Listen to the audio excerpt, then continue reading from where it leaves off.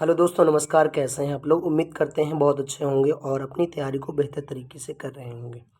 दोस्तों आइए देखते हैं, आज हम स्टैटिक जीके के कुछ पार्ट को समझेंगे। जैसे कि पहले देखेंगे कुछ क्वेश्चन हमारे जो हैं वो बायोलॉजी से हैं और ये क्या है, शाखाएं हैं, यानी विभिन्न प्रकार की शाखाएं हैं जिसमें हम अध्ययन ये करेंगे कि कौन सी शाखा में किसका अध्ययन किया जाता है दोस्तों। तो वो चीज़ें हैं। तो पहला आइए देखते हैं, पहला क्वेश्चन है हमारा। तो पहला दिया गया है कि ऑस्टियोलॉजी, ऑस्टियोलॉजी में क्या करते हैं हम, किसका अध्ययन करते हैं बच्चों। तो ये है अस्थियों का अध्ययन किया जाता है। ऑस्टियोलॉजी में किसका अध्ययन करते हैं, अस्थियों का अध्ययन किया जाता है। फिर आता है ओरोलॉजी, ओरोलॉजी ये किसका अध्ययन किया जाता है, पर्वतों का अध्ययन किया जाता है। ओरोलॉजी में किसका अध्ययन करते हैं, तो पर्वतों का अध्ययन किया जाता है। देखिए जितने भी क्वेश्चन होंगे ये बहुत ही महत्वपूर्ण होंगे एग्जाम के लिए, इनकी नोट्स जरूर बनाते चलिएगा, ये आपके एग्जाम के लिए बहुत ही इंपॉर्टेंट है।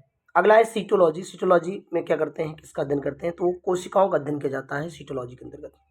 नेक्स्ट आता है हमारा हेलमेंथियोलॉजी, हेलमेंथियोलॉजी में क्या होता है, कृमियों का अध्ययन किया जाता है कृमियों का अध्ययन किया जाता है दोस्तों। तो ये आपका हो जाएगा हेलमेंथियोलॉजी।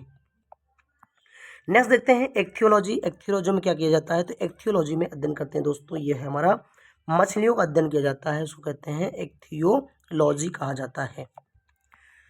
नेक्स्ट देखते हैं, नेक्स्ट हमारा जेनेटिक्स, जेनेटिक्स में क्या होता है, तो जेनेटिक्स में दोस्तों क्या होता है, जेनेटिक्स यानी जीवों के आनुवंशिक लक्षण और उनकी वंशानुगति या वंशागति का अध्ययन करते हैं। क्या करते हैं, तो जेनेटिक्स में हमारा क्या होता है, जीवों के आनुवंशिक लक्षण एवं उनकी वंशागति का अध्ययन किया जाता है।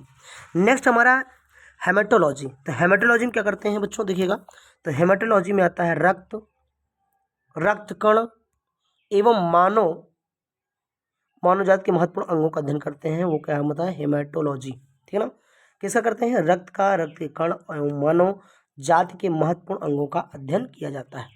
नेक्स्ट आता है वायरोलॉजी, जैसा कि सबसे ही क्लियर है, वायरस होता है ना, वायरोलॉजी, तो इसमें वायरस यानी विषाणुओं का अध्ययन किया जाता है।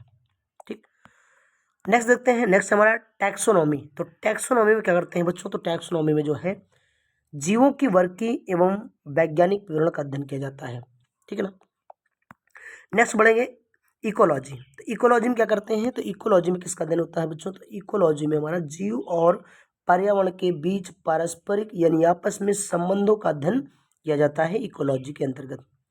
नेक्स्ट आता हमारा है इथनोलॉजी, तो इथनोलॉजी में क्या करते हैं, इथनोलॉजी में विभिन्न संस्कृतियों का तुलनात्मक अध्ययन किया जाता है। क्या होता है, विभिन्न संस्कृतियों का तुलनात्मक अध्ययन होता है, वो किसमें होता है हमारा, तो बच्चों ये आपका होता है इथनोलॉजी में।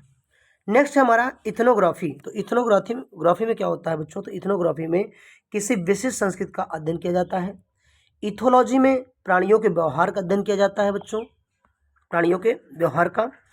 और इसके बाद है इक्थियोलॉजी, तो देखिए इक्थियोलॉजी, वहाँ पर इक्थियो था, यहाँ इक्थियोलॉजी है, ये मत्स्य यानी मत्स्य की संरचना का यानी मछलियों का अध्ययन किया जाता है। ठीक है ना, नेक्स्ट आता है दोस्तों, देखिए हमारे कुछ क्वेश्चन रिपीट भी हो सकते हैं, तो एंटोमोलॉजी, एंटोमोलॉजी से किसका अध्ययन करते हैं, वो कीटों का अध्ययन किया जाता है, किसका अध्ययन करते हैं, कीटों का अध्ययन किया जाता है। नेक्स्ट आता है हमारा एंथोलॉजी, एंथोलॉजी में फूलों का अध्ययन करते हैं बच्चों, किसका करते हैं, फूलों का अध्ययन करते हैं। इसके बाद आता है आर्बोरी कल्चर, तो आर्बोरी कल्चर में क्या होता है, ये वृक्ष के उत्पादन संबंधी विज्ञान है, ये आपका होता है आर्बोरी कल्चर।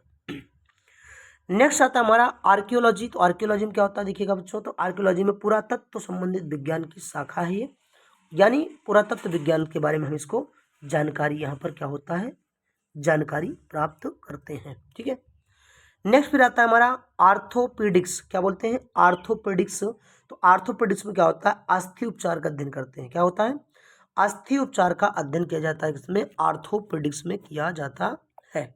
ठीक है, अब दोस्तों देखते हैं, ये कुछ हमारे ज्योग्राफी क्वेश्चन है, इनको देखिएगा, बहुत ही महत्वपूर्ण है। दिया है विश्व के प्रमुख मैदान, तो विश्व में कौन कौन मैदान पाए जाते हैं, तो पहला है बच्चों अमेजन का मैदान, तो अमेजन का मैदान किस महाद्वीप में है, यहाँ पर महाद्वीपों की चर्चा की गई है, तो ये आपका पड़ेगा दक्षिण अमेरिका महाद्वीप में पाया जाता है। ठीक है, नेक्स्ट आता है हमारा पंपास, पंपास कहाँ मिलेगा, तो पंपास मिलेगा आपका दक्षिणी अमेरिका महाद्वीप में। उसके बाद आता है दक्षिण साइबेरिया का मैदान, तो साइबेरिया का मैदान कहाँ पर मिलेगा, ये मिलेगा यूरोप और एशिया महाद्वीप में, ये दोनों में फैला हुआ है। ठीक है, ये दोनों में आपको मिलेगा। नेक्स्ट है हमारा सहारा का मैदान, ये बहुत फेमस है। सहारा का मैदान कहाँ मिलेगा? ये सहारा का मैदान अफ्रीका महाद्वीप में है। और आपको जानकारी होगी कि सहारा का जो मरुस्थल है वो भी कहाँ पाया जाएगा? सहारा का मरुस्थल कहाँ पाया जाता है? ये अफ्रीका महाद्वीप में। और बच्चों ये विश्व का क्या है? विश्व का सबसे बड़ा मरुस्थल माना जाता है। क्या है? विश्व का सबसे बड़ा मरुस्थल कौन सा है? सबसे बड़ा मरुस्थल कौन सा है? तो ये आपका कौन सा होगा? ये सहारा होगा। ठीक है, नेक्स्ट देखते हैं। तो नेक्स्ट क्या है? तो नेक्स्ट में हमारा है अगला नील नदी का मैदान। क्या है? नील नदी का मैदान। तो नील नदी का मैदान कहाँ है? ये मिस्र में है। मिस्र यानी कहाँ पड़ेगा? ये अफ्रीका महाद्वीप में पड़ेगा बच्चों। उसके बाद आता है गंगा यमुना का मैदान। तो गंगा यमुना का मैदान जैसा कि आपको मालूम है ये भारत में है ना। सिंधु का मैदान कहाँ पड़ेगा? ये भारत पाकिस्तान दोनों में है, क्योंकि सिंधु नदी जो है बच्चों ये कहाँ बहती है? ये भारत और पाकिस्तान दोनों में बहती है। ठीक है, सिंधु नदी कहाँ बहती है? भारत और पाकिस्तान में दोनों में बहती है। तो ये कहाँ मिलेगा आपका? ये मिल जाएगा आपका भारत और पाकिस्तान में। फिर था ब्रह्मपुत्र का मैदान कहाँ मिलेगा? तो ब्रह्मपुत्र मैदान क्या है? ये भारत और बांग्लादेश इन दो देशों में फैला हुआ है। ठीक है, उम्मीद है आपको क्लास समझ में आ रही होगी। आइए देखते हैं अगला, इनके नोट्स बनाते चलिएगा। अगला ये जो प्रश्न है ये बहुत ही उम्दा सवाल है, बहुत ही महत्वपूर्ण है, एग्जाम ओरिएंटेड है और एग्जाम में आने के पूरी चांसेस हैं और आता भी रहता है। तो आइए देखते हैं ये कुछ पौने हैं और ये कैसी पौने हैं? अस्थानी पौने हैं और कैसी हैं? गर्म पौने। आइए देखते हैं ये अस्थानी पौने यानी गर्म पौने ये कहाँ कहाँ बहती है। तो पहला फॉन है। तो विश्व स्तर पर हम देखेंगे यहाँ पर फॉन कहाँ बहती है। ये फॉन, पहले सवाल ऐसे बनता है ये फॉन कैसी हवा है? तो ये गर्म हवा है। ये कहाँ है? अल्प्स पर्वत के उत्तरी ढाल में फ्रांस और इटली देशों में ये बहती है। कहाँ पर? फ्रांस और इटली देशों में बहती है और अल्प्स पर्वत के उत्तरी ढाल में बहती है। नेक्स्ट है चिनूक। चिनूक कहाँ बहती है? रॉकीज पर्वत के पूर्वी ढाल कनाडा और अमेरिका के देशों में ये बहती है। अगली बार आती है हरमट्टन। हरमट्टन कहाँ बहती है बच्चों? तो हरमट्टन है पश्चिमी अफ्रीका में गिनी तट की ओर प्रवाहित होती है। किसकी तरफ? गिनी तट, पश्चिमी अफ्रीका में। और इसे डॉक्टर पॉन्ड कहते हैं। ये स्टार लगाइएगा, बहुत इंपॉर्टेंट क्वेश्चन है, कई बार एग्जाम पूछा गया है। इसे डॉक्टर पॉन्ड भी कहा जाता है। नेक्स्ट आता है दोस्तों बर्ग है। तो बर्ग ये कहाँ पाई जाती है? दक्षिण अफ्रीका महाद्वीप में पाई जाती है और बहती है। और अगला है सिमुम। तो सिमुम कहाँ बहती है? अरब और सहारा के मरुस्थल क्षेत्रों में ये पवन बहती है। ठीक है, अब आइए देखते हैं यही स्थानीय पौने, ठंडी पौने। वो क्या थी? वो गर्म पौने थी और ये ठंडी पौने। तो पहले ही जानिए कि ठंडी पौने कौन कौन है। तो एक मिस्टल है, बोरा है और ब्लिजार्ड है। अब इनको देखते हैं ये कहाँ बहती है। तो बच्चों देखिएगा मिस्टल जो बहती है ये कहाँ बहती है? स्पेन और फ्रांस में बहती है। कहाँ बहती है? स्पेन और फ्रांस में बहने वाली ये पवन है। और कैसी पवन है बच्चों? तो ये आपकी ठंडी पवन है। कैसी पवन है? ठंडी पवन है। अगला है बोरा। बोरा कहाँ बहती है? तो यूगोस्लाविया के एड्रियाटिक तट में। या कहाँ पर? एड्रियाटिक तट में है, एड्रियाटिक सागर, ये इटली के बगल में है। ठीक है ना। अगला है ब्लिजार्ड। ब्लिजार्ड कैसी पवन है? ठंडी पवन है। कहाँ बहती है? ये साइबेरिया और उत्तरी अमेरिका के उत्तरी मैदानों में ये पवन चलती है। ठीक है, उम्मीद है चीज़ें आपको समझ में आ रही होंगी। आइए आगे देखते हैं कुछ और स्थानीय पवनों में। तो ये तो वही है चीज़ें हैं। ठीक है ना, आगे बढ़ते हैं। अगला पवन का नाम है बुरान। क्या नाम है? बुरान। तो बुरान कहाँ बहती है? ये रूस और साइबेरिया में बहती है। कहाँ पर? रूस और साइबेरिया में बहती है। फिर नेक्स्ट आता है हमारा पेम्पेरो। पेम्पेरो कहाँ बहती है दोस्तों? तो ये अर्जेंटीना और उरुग्वे में बहती है। कहाँ पर? अर्जेंटीना और उरुग्वे में बहती है। नेक्स्ट हमारा नॉर्दर्न पवन कहाँ बहती है? नॉर्दर्न कहाँ बहती है? ये संयुक्त राष्ट्र अमेरिका में बहती है। नेक्स्ट आता है बच्चों हबूब। हबूब कहाँ बहती है? सूडान में बहती है। कहाँ पर? सूडान में बहती है हबूब। इसके बाद आगा आता है पुरगा। तो पुरगा कहाँ बहती है? तो पुरगा जो बहती है बच्चों ये बहती है आपका टुंड्रा प्रदेश में पुरगा बहती है। बिलीबिली कहाँ कहते हैं? बिलीबिली हवाएं, तो ये ऑस्ट्रेलिया में। ये चीज़ें मैंने पहले भी पढ़ाया है पिछली वीडियो में। अगला बिली बॉब। तो बिली बॉब कहाँ बहती है? तो ये अलास्का में बहती है। कहाँ बहती है? बिली बॉब पवन जो है ये अलास्का में बहती है। बहुत ही महत्वपूर्ण क्वेश्चन है ये दोनों को दोनों स्टार क्वेश्चन लगाइएगा। ये दोनों एग्जाम में पूछे जाने की इनकी पूरी संभावना है। अगला है सिस्तान। तो सिस्तान कहाँ बहती है दोस्तों? तो सिस्तान बहती है ये पूर्वी ईरान में बहती है। कहाँ पर बहती है? पूर्वी ईरान में बहती है। उम्मीद है आपको चीज़ें बेहतर तरीके से समझ में आ रही होगी। आइए देखते हैं अगला टॉपिक क्या है। अगला है नदियाँ और उनके किनारे बसे विश्व के नगर है। कहाँ पर हम विश्व के बारे में समझेंगे, नदियों किनारे कौन कौन से नगर बसे हैं। तो दोस्तों देखिएगा, पहला शहर का नाम और अगला है नदी का नाम। तो आइए देखते हैं इनके बारे में। तो ये समझते हैं। तो पहला है हमारा रोम। रोम किस नदी किनारे बसा है बच्चों? तो रोम जो है वो इटली टाइबर नदी के किनारे बसा है ना। रोम कहाँ है? इटली में है। इटली में है। और ये किस नदी किनारे है? टाइबर नदी किनारे है। यहाँ से क्वेश्चन बहुत पूछे जाते हैं। लंदन कहाँ पड़ेगा? इंग्लैंड में। तो ये लंदन यानी इंग्लैंड की राजधानी है लंदन। और ये किस नदी किनारे है बच्चों? तो ये टेम्स नदी के किनारे बसा हुआ है।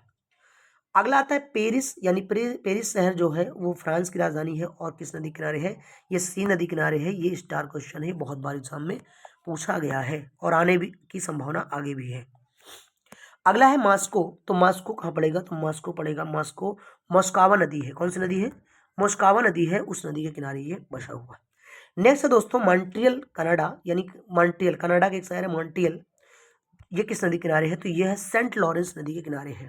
सेंट लॉरेंस नदी के किनारे पर यह बसा हुआ है। अगला आता है वियना। तो वियना किस नदी किनारे है? तो वियना है डेन्यूब नदी किनारे। किस किनारे है? वियना पड़ेगा आपका डेन्यूब नदी किनारे। बगदाद पड़ेगा इराक। ये बगदाद क्या है? इराक की राजधानी है बच्चों। ये कहाँ है? तो ये आपका पड़ेगा टिग्रिस नदी के किनारे पर बसा हुआ है बगदाद, ठीक है ना। फिर आता है बसरा। बसरा कहाँ है? तो बसरा इराक में है और ये दजला और फरात नदियों के पर यह बसा हुआ है। कहाँ पर? दजला और फरात। अगला आता है काहिरा। तो काहिरा जो है ये काहिरा मिस्र की राजधानी है और ये किस नदी पर? नील नदी बसा हुआ है दोस्तों। और आपको जानकारी बता दें कि नील नदी विश्व की सबसे लंबी नदी मानी जाती है और ये अपना जल भूमध्य सागर में गिराती है और ये त्रिभुजाकार डेल्टा का निर्माण करती है। अगला है न्यूयॉर्क। न्यूयॉर्क कहाँ पड़ेगा? तो न्यूयॉर्क अमेरिका में है और ये किस नदी किनारे है? तो ये हडसन नदी के किनारे पर बसा हुआ है। अगला दोस्तों लाहौर। लाहौर क्या है? पाकिस्तान, यानी पाकिस्तान में है। तो ये किस नदी किनारे है? तो ये रावी नदी के किनारे पर बसा हुआ है। अगला टॉपिक है हमारा कराची। तो कराची किस नदी किनारे है? सिंधु नदी किनारे है, पाकिस्तान में पड़ेगा ये। और अगला है बच्चों वाशिंगटन। ये कहाँ पड़ेगा? ये पोटोमैक नदी के किनारे पर बसा हुआ है। तो आज के लिए इतना ही आप लोगों के लिए। उम्मीद है आपको क्लास समझ में आई होगी। यदि आपको क्लास समझ में आई है तो क्लास को लाइक शेयर एंड सब्सक्राइब जरूर करिएगा और अपनी पढ़ाई को बेहतर बनाते